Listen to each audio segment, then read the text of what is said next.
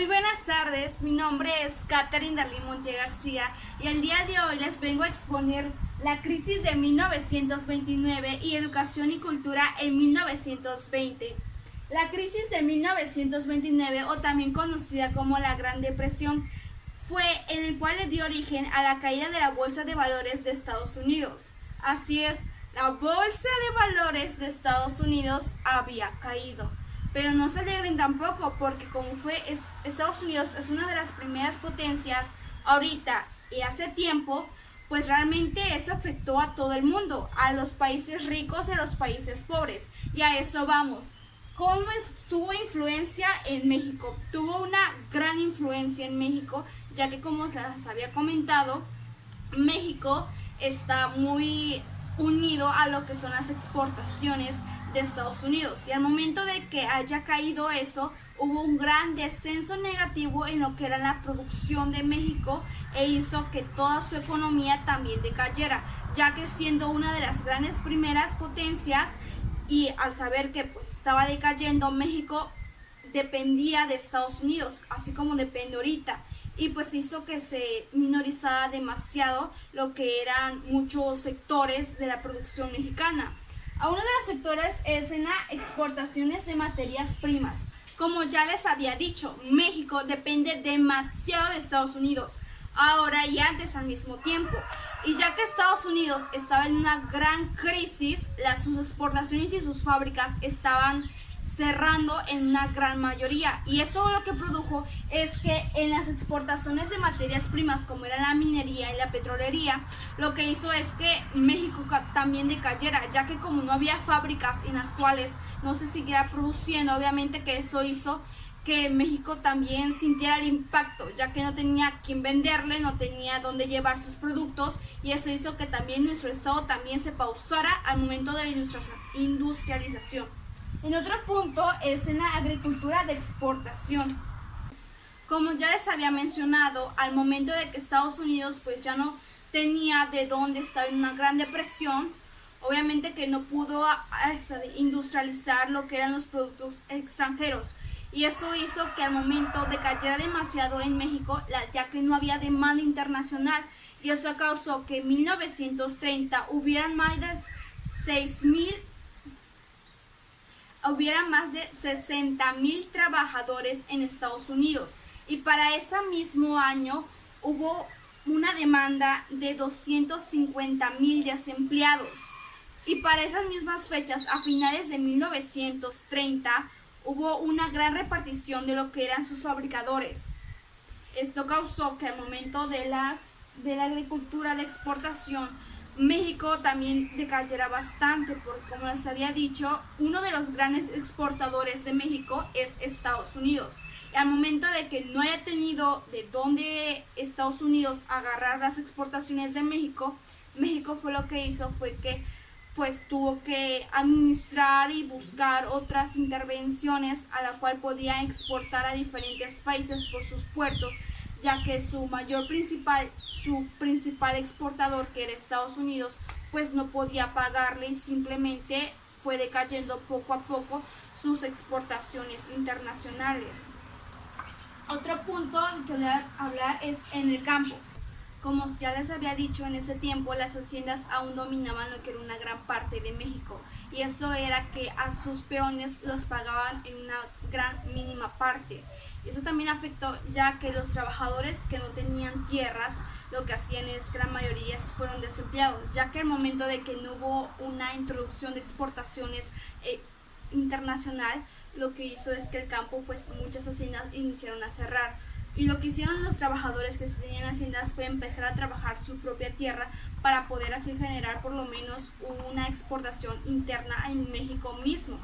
Eso fue lo que afectó en una gran parte del campo, ya que las exportaciones que existían, la gran mayoría de todo el campo, eran las exportaciones que se hacían hacia el norte de nuestro país. Al final de todo, México se pudo recuperar en 1932 gracias a las exportaciones internas y la intervención interna que hubo en el país a su economía. Gracias a eso fue que México, como ya no tenía su gran proveedor, lo que hizo fue que idealizó que iba a hacer exportaciones internas sobre el país, Como México se caracteriza de tener diversidad de temperaturas, lo que hacían que si tenías algo del norte, lo mandaban al sur, y sucesivamente.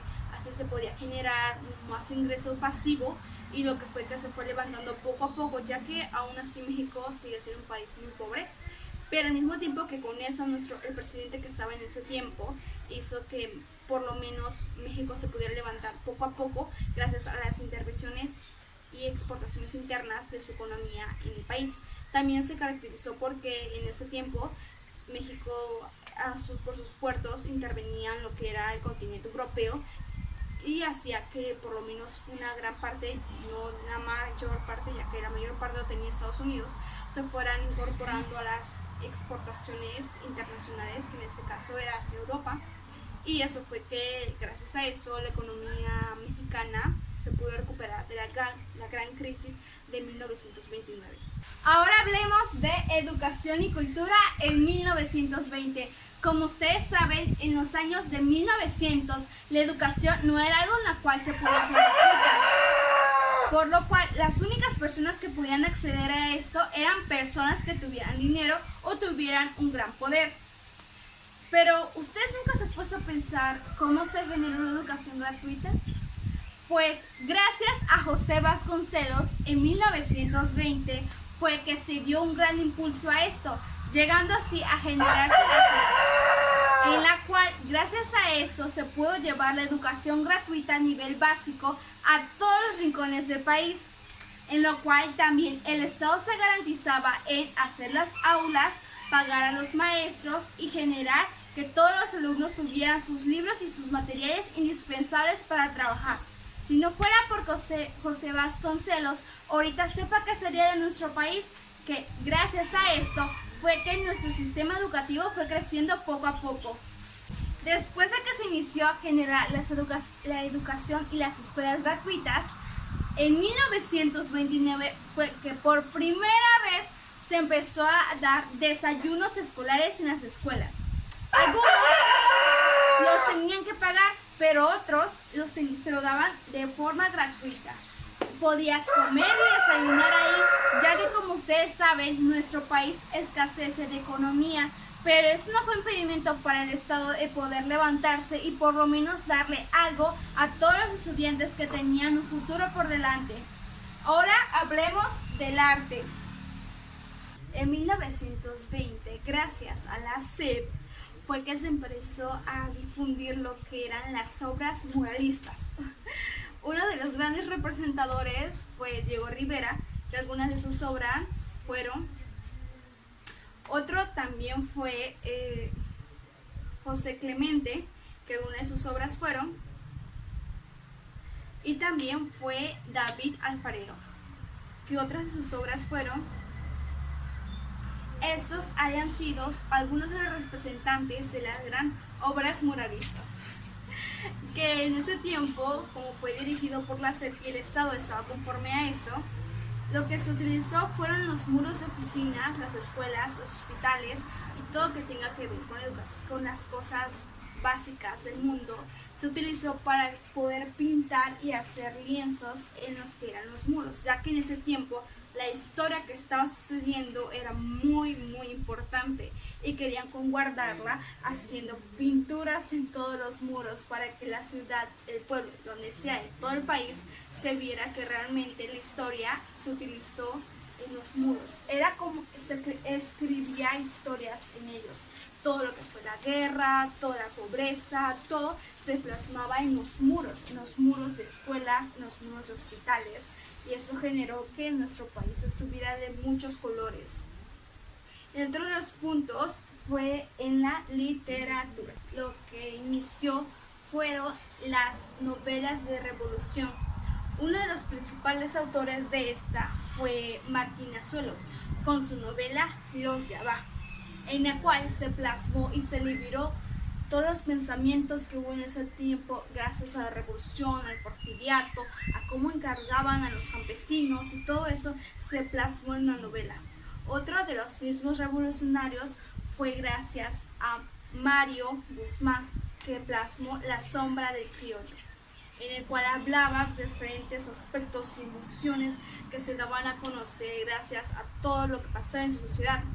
Esas novelas se han reconocido con el tiempo gracias a que en estas se plasmaban todos los aspectos que pasaban en su sociedad, así como pasaban a sí mismos, todas las pobrezas que vivía el país y cómo se plasmaban en una novela representando historias. Eso llevó a que las novelas en la literatura hubiera tomado un gran papel, ya que gracias a la SEP empezaban a los campesinos, empezaba a leer el pueblo. Gracias al arte lo que hacía era que por sus murales la gente empezaba a abrir sus mentes y plasmarse diferentes ideas, y gracias a la literatura empezaban a darse cuenta que lo que estaban viviendo no era algo normal, y eso hizo y generó que el pueblo de México se haya poder haber fomentado y haber crecido en una gran manera. Gracias a todos estos 3 puntos es que ahora conocemos cómo es nuestra historia de México. Gracias a José Vasconcelos, gracias a la SEP, gracias a los muralistas, gracias a los literaristas, fue que ahora conocemos la historia de nuestro país. Si no hubiera sido por ellos, por las novelas, por los murales, por la SEP, no estuviéramos aquí, no estuviéramos con esta tecnología. Tenemos que agradecerle a ellos, y gracias a todo eso fue que ahora estamos de una mejor manera y tenemos una economía buena en cierta parte. Y pues todo papel se tomó en 1920 y a 1930. Muchas gracias por haber estado aquí en este video del día de hoy.